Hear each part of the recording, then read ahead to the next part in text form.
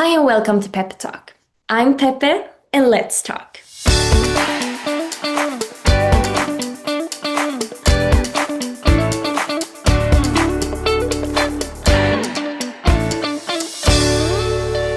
Today we're going to talk about what happens when you combine arts and science, about innovation and future. And with us this week we have Amit! Woo! Yay! How are you? I'm doing great. How are you doing? I'm good as well. I'm super excited for this conversation because first of all, we have some hours between us. Tell us, where are you based right now? And most of all, who are you? So my name's Amit Rogel. I'm right now in Atlanta, Georgia. I'm at Georgia Tech Robotic Musicianship Lab, which is the Center for Music Technology here. I'm right now hanging out in my little office with a bunch of random music toys surrounded. That's super nice. And you are have been there for how many years now? I have been here for 6 years, so this is my sixth year. Previously, I was in Rochester, New York, studying mechanical engineering, and then I came here to do music technology. I love that. I'm so curious. But first of all, where did all this interest start? I read something about a trombone, if I pronounce it Yes. correctly. Tell us, bring us back to your childhood. Yeah, so I started playing trombone in, I think, the third or fourth grade, when our school made us pick an instrument, and I wanted to pick an instrument that no one else wanted to pick. So I chose trombone. And generally, my family was much more technology focused. So my dad and mom were both computer scientists. My dad was working as a professor for computer science. So generally, our house was very technology, science focused. And at some point, I ended up going to a music school where the focus now was around art. And all of a sudden, I was like, wow, there's actually a lot of science that exists in art. And like they were teaching math through the lens of music. Like I didn't realize that improvisation actually had rules, and they were like essentially equations that people were learning. And I was like, wow, this is so similar. And then I took one class also where it was about like technologies in music, and it felt like everything was just a little bit behind technologies that I was learning with my parents. And that really is what stemmed my kind of excitement that like there's so much of this common language and overlap between science and music that if we just like created better bridges, everyone would get to do really cool things with the other field. That's so cool because I think some people listening now would say, no, but they are the opposite. Either you are very creative, you are like good with music and all of that, or you have the brains and you can do math and all of that. And it's so cool that you say that it's closer to each other than people think. Can you say one thing that people probably doesn't know about this bridge? Yeah, I mean, I would say the biggest one that always got me was how, especially like in terms of consonance and dissonance. So, like when you're listening to music and two notes sound very pleasant together and sound like they go together, there's actually a lot of physics behind why those notes sound nice together because they have nice evenly distributions between the sound waves themselves that one falls into the other very nicely. And another one was also about harmonics, where because this one sound actually contains other sounds inside of it, you get this like wide range of really cool instrument design. And that was one of the first things I was like, oh, people get this a lot. And then another thing in the more technology was also literal signal processing, where I learned it both from electrical engineering and I learned it from music. And it was signal to signal, like the electricity moves through my microphone the same way that it's moving through my amplifier in school. So it really is literally the same language there. But had you ever like when you were younger that you felt like you had to choose a path? Like, were you like, oh, I'm gonna be the next Bruce Springsteen or like play in a band, or either I'm gonna be this, or was it like obvious for you, no, I'm gonna work with something that where I can combine these things? I think I I definitely felt the path needing to be chosen, especially like choosing universities. There's not a lot where there are universities that offer high quality both music and engineering. And actually, part of the reason why I chose Rochester is because they had a really good engineering school, but there was a music school right next door. So I could still be exposed to both worlds in many ways. I did, like, in some points of my life, choose the path, but I always had the other one in mind, knowing that at some point I was going to build that bridge. And for me, the big question was always when is the right time to build the bridge, rather than necessarily like give up on the bridge completely. It sounds almost like the path shows you somehow in that Yeah. way. But then coming from a home where it's a lot of science and you got it from home, and as you said, you felt like things you learned was a bit behind what you have heard from home. Um, is it that gap you are focusing on now, or how are you using what you learned from home in your current position? Or is there a way to use that? Yeah, I think I will say back then, I also was a little bit naive to how much technology was lacking. I think a big part was also lacking in the public domain. Just people didn't know that these things were going on. And then when I joined my PhD program here, I realized, oh, they are bringing in a lot of the technology I thought was missing.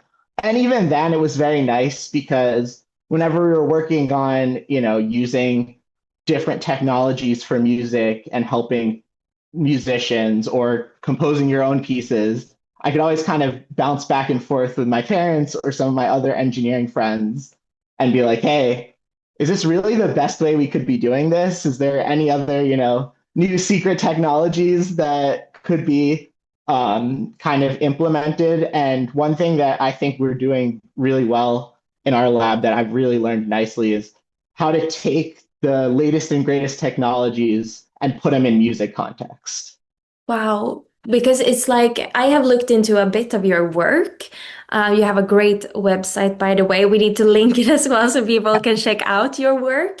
But is that things you have done throughout your PhD, or how do you become part of these kind of projects? How does it look? How does it work? A lot of that has been done through, so the PhD and master's program is kind of combined in the same lab.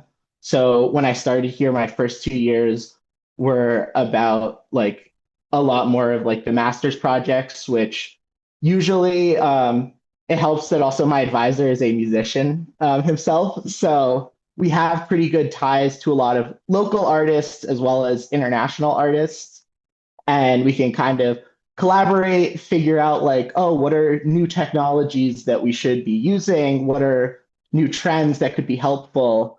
And at that point, a lot of what we're doing, and that's usually how a lot of these things start, is just talking to musicians or even performing ourselves. And something is lacking. So if there's something lacking, then we can kind of build tools to start having more toys to play with, essentially. And that's really how a lot of the projects will begin. And then sometimes we'll also have the opposite where we'll just get it, something new is developed in engineering. It's like, oh, that's cool. Can we make a piece out of it? Or I remember when there were brand new motors that were just released, we are like, oh, can we build a new robot that plays guitar now that we actually have like technology to catch up with like the demands of playing guitar? I think it's also super interesting because some people in the arts sector might feel like, for example, let's say musicians or music producer feel like, oh, now with AI, we are getting like AI is taking over our business. But from what I understand, what you are doing, it's not about taking over people's positions, it's about helping people. Do you want to elaborate on that? Yeah, that's great because it's definitely one of the things that in our field is very often talked about because I'm not going to pretend like the evil Sunos like don't exist that are trying to replace some of the fun parts of music, but there is this whole other side that is very nice and it can be used as more of a creative tool and something that can enhance musicians' abilities. So rather than replacing a musician, one of the quotes that my advisor always says that I really like is like, well, if the robot's just doing what a human is, there's no point of having the robot. It should be doing something different than a human or giving them a platform to have more expressivity than they could without the tool. A lot of that is done. We do that in both just creative ways where our robots have they never have the same features as a human. So like our marimba playing robot has 8 arms, so it's a very different interaction. And then we take a lot of these technologies and also use them as accessibility for people. So, for example, we have a prosthetic drumming arm where we actually work with a musician. His name's Jason Barnes. He's amazing, but he was a drummer who lost his arm due to an electrical injury, and it was kind of removed from like his elbow onwards. And so we worked together and using some of the tech from our other robots, built him a prosthetic exclusively to play drums. And it feels how he wants to play drums. So if he wants to do, so when you want to play drums and you want to play like 1 hit versus 2 hits versus three, you have to squeeze the drumstick tighter or looser. And so we sensed just from his amputation how he would want to squeeze the drumstick and then adjust the motor accordingly. So you actually do different drumming techniques. What? Like that for me is like I didn't even know this existed because when you said like yeah can squeeze and I was like but how to squeeze if you don't have the squeeze like do you ever realize what a like what an innovation that is for someone to be able to play in that sense like what is the feedback that you get when you do these types of works? We usually get very positive. I mean, the best thing for me about that is that now he performs with the arm. So he's like out there doing concerts, which just is it's definitely one of the most fulfilling like applications. I think my favorite reaction is always, he's a musician, he'll want to push it as hard as possible. He's like, okay, so how much, like, how fast can I actually get it to go? And like, can we add another stick to it? And that's like always, especially when it kind of starts to spark the creative aspects. That's when I'm like, oh, that was successful, and that's when it feels really good because now it's not just like they're working despite something. It's like, oh, now we actually have a way to push the boundaries also. Wow, so it's like you create this thing, but you can still develop it as it goes, then, from what I understand. So, kind of like your project, you never really end the project, it's always ongoing, or how does that work? Yeah, there's very few projects here that I think ever really finish. For example, the marimba robot that I was talking about earlier, I think it was first built in 2005, and we're still developing new stuff for it today. Especially it's nice because we can just keep upgrading motors, and we could. So, like for example, something we did recently was it now has a face and a mouth, so it can sing and it can like do raps with people. No way.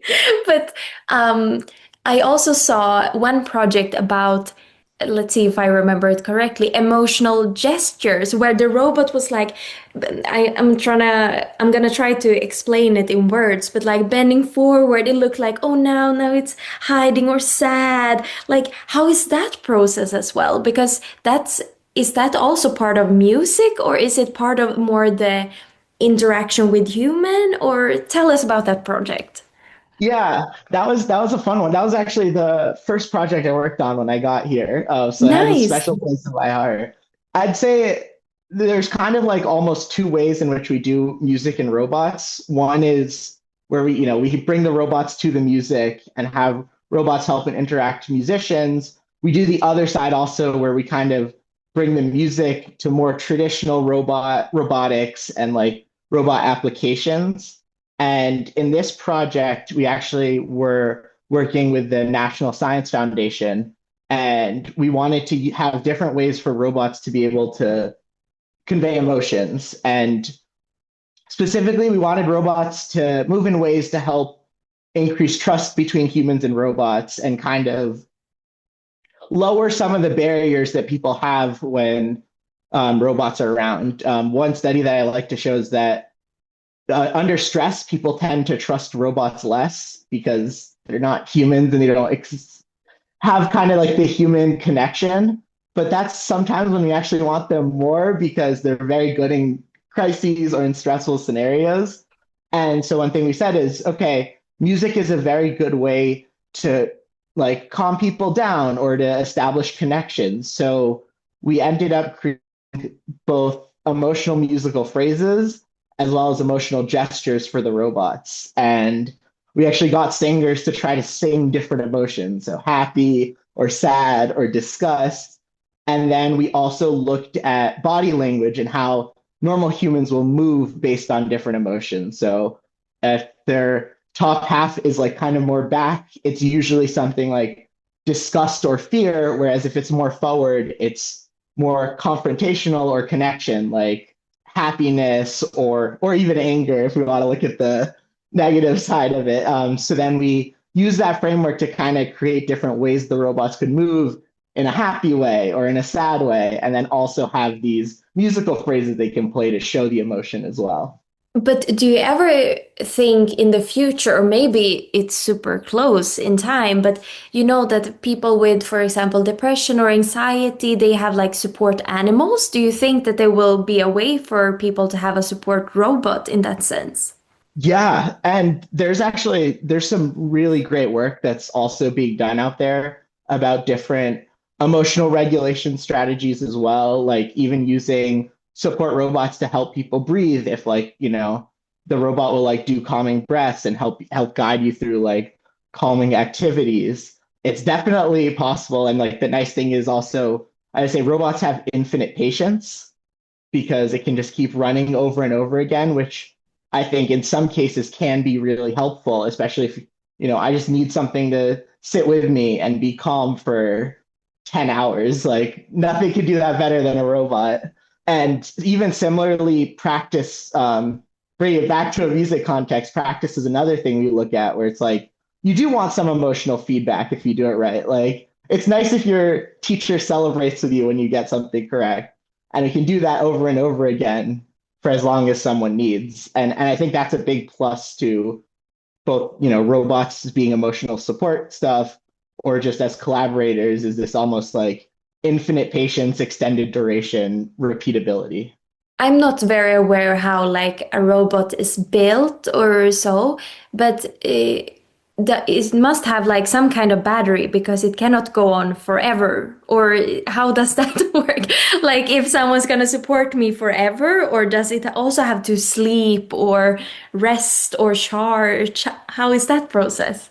That's so fair. And I'm sure if my advisor heard me saying robots can go on forever, he's like, okay, make our robot play forever.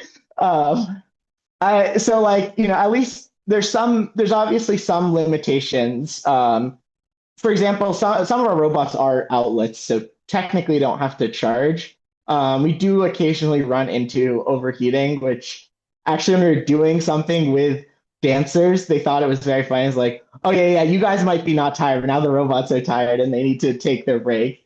And it was a very nice way for everyone to connect with each other. So there are definitely still some real world constraints, but I'd still argue that in general, if you design your robot to be repeatable, it will probably outlast the person. So like if you need someone to just sit there, or if you need an object to sit there and act for 10 hours, you could design a robot to sit there and act for 10 hours. Oh, wow. So some people, they are very like anti-robots or they are very afraid of how this future is gonna look like. But what do you experience in your work? Like, do you get hate for what you do or is it mostly positive? I love it. This is always my favorite question to answer. We definitely one of my there was one time we posted a video of our guitar playing robot on LinkedIn, and one of the comments was, I hate when these tech nerds come into the music space. Tech nerds, you guys will never be cool. Good luck. So we definitely do get a little bit of the, hate and mistrust of robots. And, especially with now, with how technology and musicians have been interacting, it's very justifiable. I think that definitely also, unfortunately, a lot of the onus is on the designers, and we have a very musician in the loop mindset. Usually, something that almost always puts people at ease when they interact with our robots is I'm not very good at playing piano. So when I play with our robot, it doesn't feel very fun or performative. But when my advisor, who's like really good at piano and also has very much learned how to play with our robot, interacts, it's like a beautiful cohesion of both of them together. And being able to see that there's skill expression and the human is very much important a lot of times kind of settles the dust or relieves some tension. So like one thing I do like is that anyone who interacts with our robots does not feel that way. So usually my first thing is if someone comes with apprehension, I'm like, try it out first, like see how it is, because like it's a very there's definitely a way you can interact with them to have musicians in the loop and musicians still kind of driving the creativity. Yeah, and I think just like us having this conversation, it's so much we don't talk about or that we don't know about because we think that it will happen in like 20 years or that research is like top secret. We will only know when it's too late or all of those things. So I think it's wonderful that you're sharing this with us because I think I know a lot of people in the arts industry in different sectors, and it's scary because we never know what the future holds. But it's good that we talk about it. And I Yeah. love that you are collaborating with people in the business as well. But how do you look at the future? Like, are you scared or are you just curious or are you like, it's going to be amazing? Like, what's your future prediction? We need someone who calms us down. Yeah, I'm definitely much more optimistic about the future. I think that especially with musicians, also that like people who are good at it are always good at it, and like a lot of successful musicians know how to adapt to new technologies, and whether or not it's embraced it is like a different topic. But I think the most successful technologies, especially for music, are always like the ones that are truly helpful to the art community or musicians as a whole. I don't think this is the first time that like we've also like kind of hit this apprehension about the future, and like knowing the current state of all the cool music and like technology stuff that exists. Like, okay, we succeeded before in actually bringing the good technologies along for the future. I don't really see a reason why we couldn't keep doing that. And I would say that also now it's a lot easier to know what's a good tech or like what technologies are out there, which is, in my opinion, actually really cool because someone who might have never been able to be exposed to it because of location or just like the lack of connectivity in the world, all of a sudden can like piece together all of these cool like tools that are available to the public. And a lot for every cool tool that's behind closed doors, there's another one that is open and available for someone to play and tinker around with. So I do think that stuff will be, brought out in a fun way. And I love that you are like, it's reoccurring that you say like accessibility. It's a lot about accessibility. And I wonder, you are now in the States working on this. How does it look worldwide? Is this a very big research area, or are you like the ones in the world doing this? Yeah, so I guess I'll pull a little ego and I'd say we're probably one of the biggest. I think we were one of the early adopters, but there's a lot of labs all over that do similar work. I'm gonna feel really bad if I don't shout out a some now, but like for example, there's an excellent university in Barcelona, UPF, that we actually collaborated on doing our singing project. So they helped us actually generate voices for our robots and do like different singing voices. There's labs in Japan, for example, that do also different types of robots playing music. And most recently, this is the big shout out. I'll shout out my one of my mentors. He was a PhD student here when I first arrived, and now he's starting his own music technology lab in Australia. And they're building really cool different like percussion and installations as well. So it's definitely spreading. And then on the less hardware, more software side, that's like huge. That's all over the world. I mean, in the US, there's a large amount of programs. And then in Europe as well, there's also a large amount of programs. So there's really like Singapore also actually has a great music technology program that I just talked to someone recently there. And the nice thing also that I found is countries that don't necessarily have it are also very open to it. So we perform with our robots all over. So we've done concerts in all over the world, in Greece, in Denmark, and in Mexico, and everyone's always very open, and it's a great way to like kind of spread the awareness, and then I'll see like labs popping up left and right from there. That's so nice. But how do you travel with the robots? Like, it's difficult Ooh. for me to go through security and accidentally wear something that is not okay. Or no, not that I'm bringing dangerous things, but like it's a belt or it's my computer. I forgot to bring it up. Like, how do you travel with them? Oh, we could do another episode and solely on how many times parts of our robots did or didn't make it to countries. I would say we've gotten better at it. So a lot of them come apart. Our marimba playing robot is definitely the hardest. It's four boxes, and one of the boxes is like around 300 kilo. Um, Oi. it's very, yeah. So you, what do you mean with some it doesn't make it? So actually, this was when we had our concert in Greece. Um, they couldn't get one of the parts of the robot to the concert because it was too heavy for like because a lot of the European planes are much smaller if they're just traveling from like one country in Europe. So part of the robot ended up in Amsterdam and like they didn't have any planes to bring it from Amsterdam to Greece. I don't know how it ended up making it there, but for part of the concert, like we used half of the robot, so the dancing and singing part was robotic, and then only when the arm, like the actual like playing part arrived, then we started using that. We give ourselves very large timelines. If we have a concert, we'll ship it out a month or so before. And they've actually gotten much better at having kind of like pre-security sort of things where we can get a lot of it checked here and get like documents signed so that immigration for the robots is much easier. But I think that, everyone here has a little bit of anxiety whenever we ship the robot that we might just never see it again. Typically, the best is if it can fit in one of our suitcases, so we're at least holding it the whole time.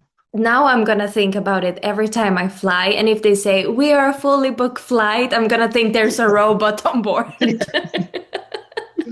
But working with this, I'm thinking about like how important is it to understand like human to human interaction in order to understand human to robot interaction?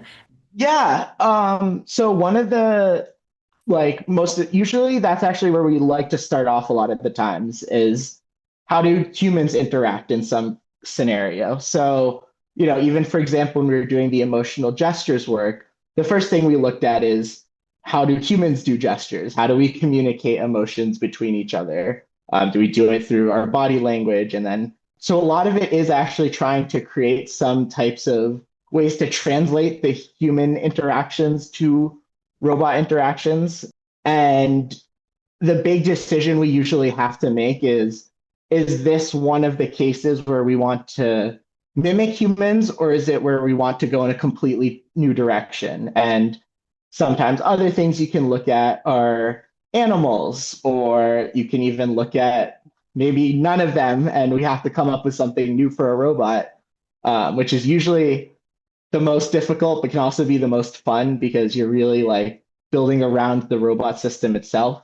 One thing that very recently we've been looking at is when you're like improvising with another human, like what are the different roles that a human improviser will do when they're like just playing between two people.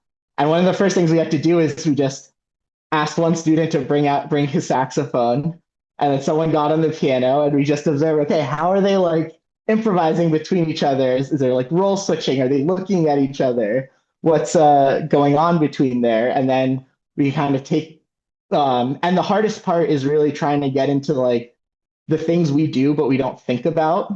We're very good at doing them, but we're not the best at actually knowing everything that a person does because we'll just write it off or something. It's like, wait, no, that was actually a very important action that that person did. We can't ignore that, which has taught me, even personally, just a lot of ways to be more introspective because it's like, oh, now I'm very hyper aware of all my actions. But is there also things that you then decide that human do that are like odd or weird that you're like, no, we're not gonna put it? Oh, yes. Definitely like that's also kind of the nice thing is we can choose the best parts of humans and kind of use those. I mean, I think most the most interesting one was similarly when we were doing some of these improvs, is that humans have patience, and it's like I'm not just gonna sit and let this person play the whole time. I'm gonna start, taking on a more primary role. I want my center of attention. And so that's like definitely like attention and kind of this idea of like interrupting was a very fun one to look at because when you interrupt naturally, it can be dynamic, but if someone keeps talking over you, it gets annoying. And so it's very fun to like actually see when is it polite to interrupt someone and when is it not polite to interrupt someone. That was probably my favorite like human behavior to sort of look at. That's very fun because I get pictures in my head now that it's probably so many things we do that we don't really think about, but we just accept it because we think that person is like that. It's like we somehow learn to interact with those type of people that we might like less because their behavior differs from our own. Um, but for example, I'm gonna tell you a robot story I experienced lately. I was going to the gym and I was standing at like the red light. And then there was this robot, I think it's like a food delivery robot. Yeah. But I don't know how it is where you live, but in Stockholm, in Sweden, you need to click on a button in order for it to be signaled that this person is gonna walk across and that the car needs to stop.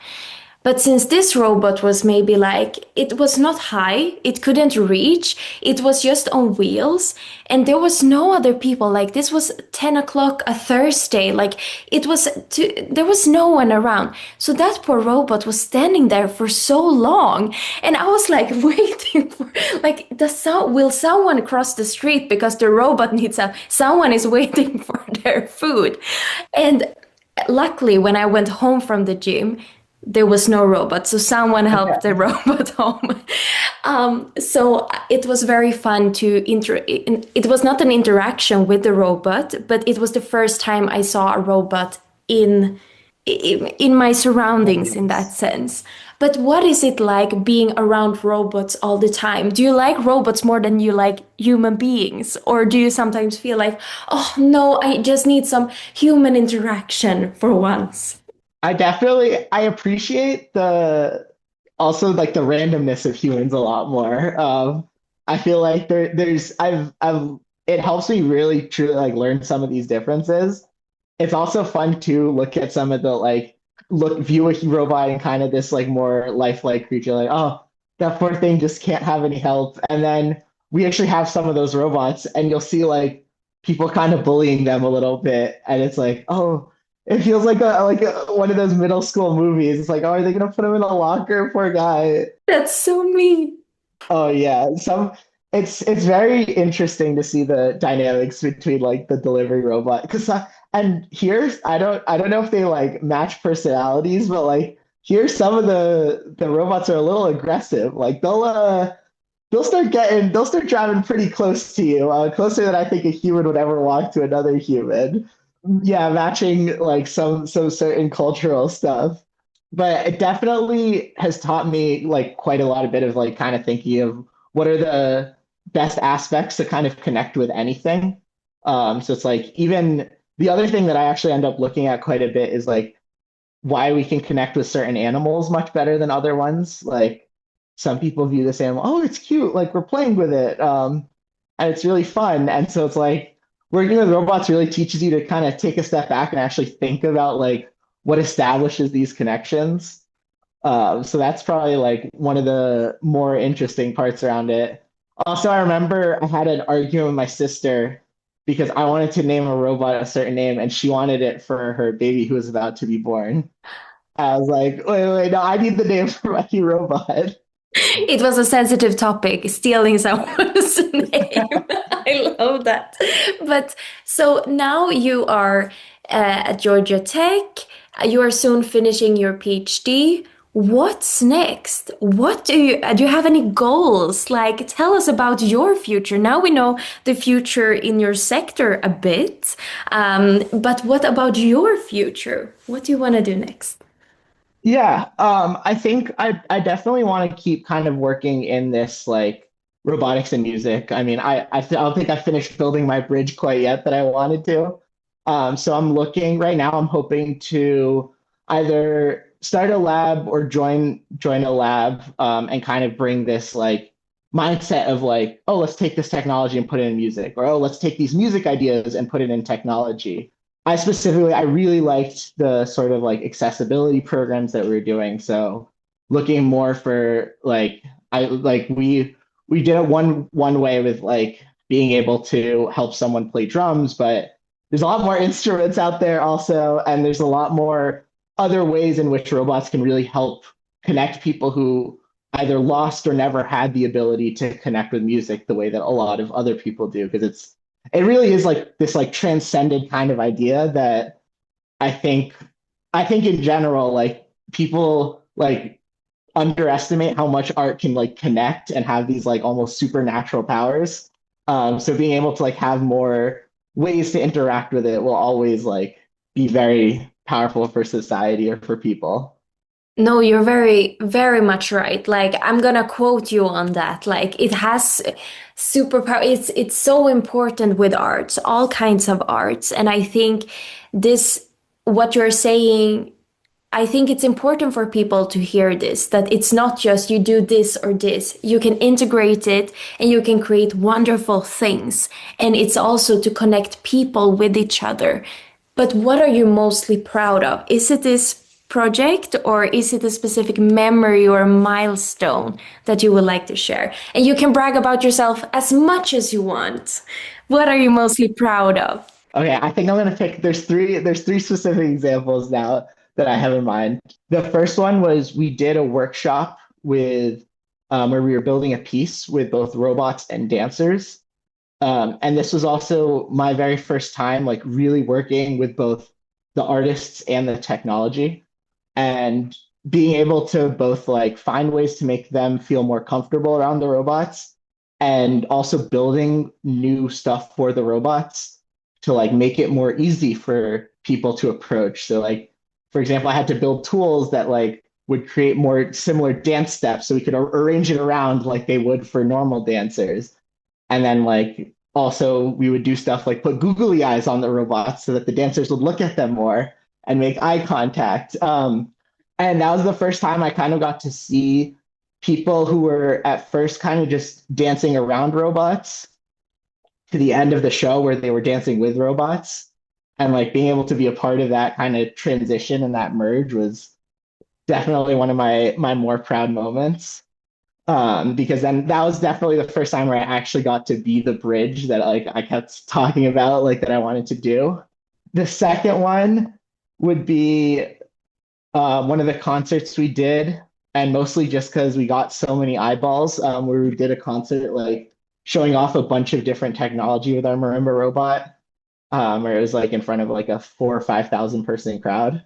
And I loved that because I got to play trombone, and I would never be able to do that without the robots. So it's kind of like the robot also picking me up a little bit. So that was like just a little, that's definitely more of a proud moment in like a braggy way. And then I would say the other one was actually my most recent project, which is using music to help like inform people about safety of robots. And so like kind of using music in like using like the more higher level features of music, so the music will start sounding scarier if the robots are more dangerous. Um, and the nice thing about that is you don't get as distracted, or it's not as stressful as traditional alarms. And I like that because it's a very explicit, like, okay, how is this actually helpful for us? It's like a very, kind of like more down to earth version of our project.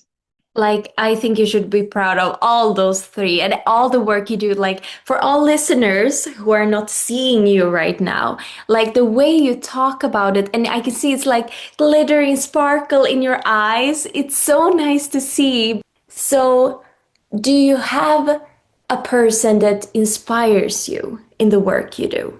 And why? Yeah, this might sound like a slight obvious answer, but like my advisor, and like truly, I like can't thank my advisor enough because I saw he gave a TED talk about one of our robots, like my first year of college, and I saw that and I was like, I remember I talked to my dad. I was like, I want to do this. And he's like, shoot him an email. I was like, what do you mean? I can't just do that. And then we did, and we talked, and we had like a really nice Zoom conversation, or I think it was, oh no, it was Skype at the time, because Zoom wasn't that popular. And I remember having a Skype discussion with him. I was like, okay, what do I do to like be a part of this?